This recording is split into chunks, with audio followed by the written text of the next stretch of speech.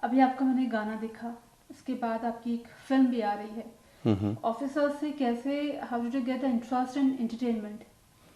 So it happened by chance. और एक web series बन रही थी, दिल्ली क्राइम सीज़न 2। उसमें उनकी टीम जो थी वो आई मेरे पास एडमिनिस्ट्रेशन समझने के लिए। और तभी उन्होंने मुझे एक रोल ऑफ़र किया, एक आईएएस ऑफिसर का। वो शो हालांकि जैसा प्लान किया था वो बना नहीं वैसा, बट उस शो की वजह से मेरी एंट्री हो गई एक्टिंग में। और फिर मुझे एक गाना ऑफ़र किया गया, दिल तोड़ के हंसती हो मेरा, जिसको बी प्राक जी ने गाया। टी सीरीज़ ने प्रोड्यूस किया था वो गाना, और वो गाना बहुत अच्छा चला। वो गाना अच्छा चलने के बाद मुझे और कई ऑफर्स आने लगे। और फिर एक फ़िल्म मैंने अभी कंप्लीट की है, कुणाल कोहली जी के साथ में, वो डायरेक्ट कर रहे हैं। उसमें अनन्या बिरला हैं, बॉबी देओल जी हैं, राहुल बोस हैं। तो वो फिल्म इस साल आएगी। और इसके साथ ही एक और फिल्म है जिसमें मैं लीड किरदार निभा रहा हूँ। और वो एक बहुत ही इंटरेस्टिंग सब्जेक्ट के ऊपर बन रही है, मेडिकल क्राइम थ्रिलर है वो। और उसमें मैं एक कॉप की भूमिका निभा रहा हूँ। तो किस तरीके से अपनी पूरी जर्नी को देख रहे हैं, क्योंकि अब जिस डेजिग्नेशन पे आप अभी हैं वहाँ पर आप क्राइम देखते हैं, सोसाइटी वेलफेयर देखते हैं, समाज के लिए काम करते हैं, लेकिन अब आप चूंकि कलाकार की भूमिका भी निभा रहे हैं, कैसे अपने आप को देख रहे हैं, कैसे चीज़ों को मैनेज कर पाएंगे?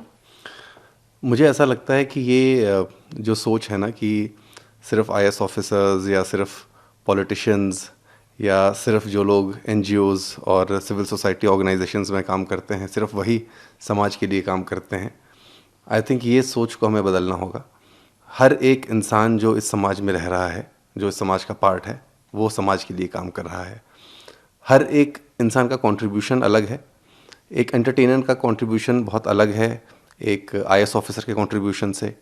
एक इंडस्ट्रियलिस्ट का कंट्रीब्यूशन बहुत अलग है एक डॉक्टर के कंट्रीब्यूशन से। बट हम किसी के भी कंट्रीब्यूशन को कम नहीं कह सकते कि एक इंजीनियर क्या समाज के डेवलपमेंट में कम काम कर रहा है, या एक पोएट समाज के डेवलपमेंट में कम काम कर रहा है, ऐसी बात नहीं है। सो जब मैं एक्टिंग में आया तो मुझे ये भी थोड़ा समझने का मौका मिला कि आप समाज को जिस आईने से देखते हैं, जिस नज़रिए से देखते हैं, जब आप एक एक्टर बनते हैं तो आपको अलग अलग पर्सपेक्टिव सीखने को मिलते हैं। अलग अलग लोगों के शूज़ में आप जा कर के देखते हैं कि वो कैसा सोचते हैं। सेम फिनोमेना जो होता है, सेम इवेंट होता है, उससे अलग अलग लोग अलग अलग तरीके से अफेक्ट होते हैं और उनके अलग अलग रिस्पॉन्सेज होते हैं।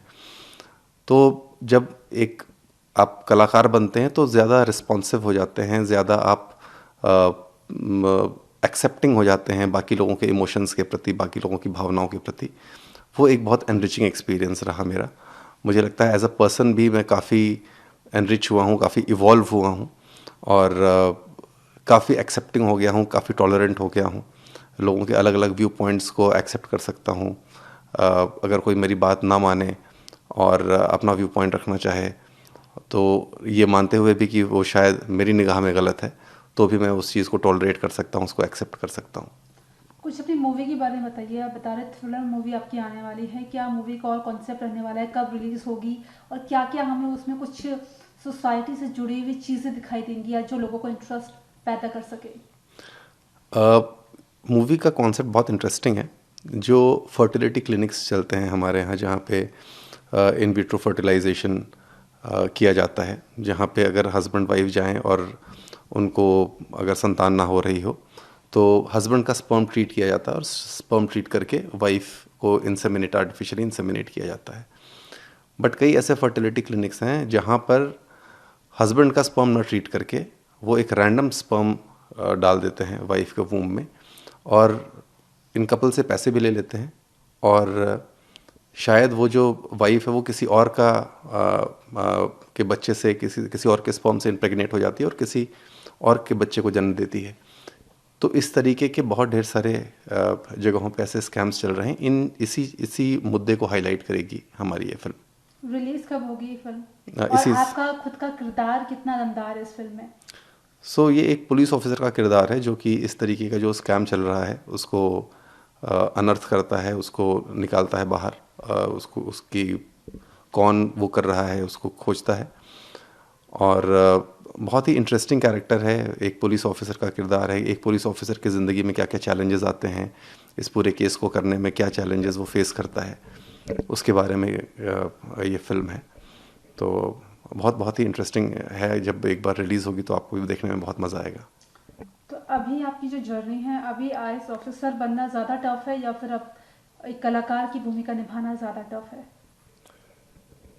आईएएस ऑफिसर तो मैं बन चुका हूँ, और आई थिंक एक कलाकार की जर्नी अभी बहुत लंबी है, अभी शुरुआत ही हुई है। तो टफ और आसान में तो मैं नहीं गिनूंगा, बट मैं ये ज़रूर कहूँगा कि हर एक प्रोफेशन की अपनी एक जर्नी होती है। आपको उसमें बहुत कुछ सीखने को मिलता है, और हम स्टूडेंट हैं, ज़िंदगी भर हमें सीखते रहना चाहिए। बहुत कुछ है सीखने को। तो बहुत ही सीरियस प्रोफेशन है, बहुत शिद्दत से लोग काम करते हैं, बहुत ही मेहनती लोग हैं, और उनके साथ अगर आप बैठें तो बहुत कुछ पता चलता है दुनिया के बारे में जो आपको नहीं पता है।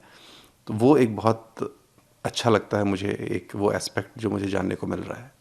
तो आखिरी सवाल है, अपने स्ट्रगल्स के बारे में अगर आप कुछ कहना चाहें तो स्टार्टिंग पॉइंट से लेकर अभी तक का जो स्ट्रगल आपका रहा, किस तरीके से आपने इसे ओवरकम किया, और क्या आप लोगों को, दर्शकों को कहना चाहते हैं कि किस तरीके से क्विकली ओवरकम किया जा सकता है? मेरे बारे में एक स्टोरी बहुत फेमस है कि जब मैं पढ़ाई कर रहा था तो उस दौरान मेरा दिल टूटा और मैं बहुत ज़्यादा डिप्रेशन में था, और उस टाइम पे मैंने अपने आप को संभाला।